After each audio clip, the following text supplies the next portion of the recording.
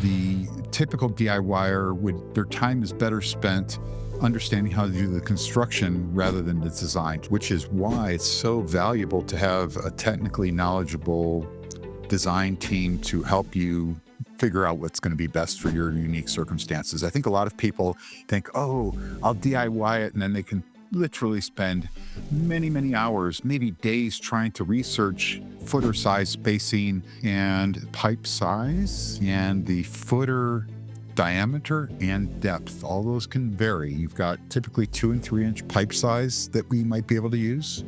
We'd like to use the smaller 2 inch because it's a lot less expensive. Right, but you need more of them. You do. And that's where your array size might dictate what kind of pipe size you want to use.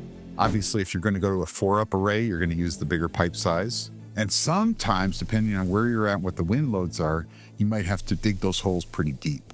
And that could be tricky because you could run into rock. And sometimes it's rocky right at the top of the level. So you ground mounts with foundations dug below ground may not be practical. Many parts of the country, especially like those rich agricultural areas that have really nice soil, digging foundations for ground mounts is super easy. Right.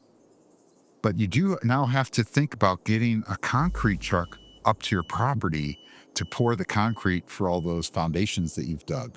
Well, and everybody has their own creative way of going about it. Because if you can get a concrete truck in, that's great.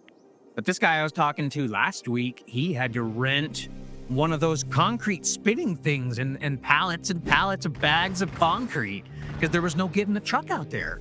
How many bags of concrete would you say a typical footer might take?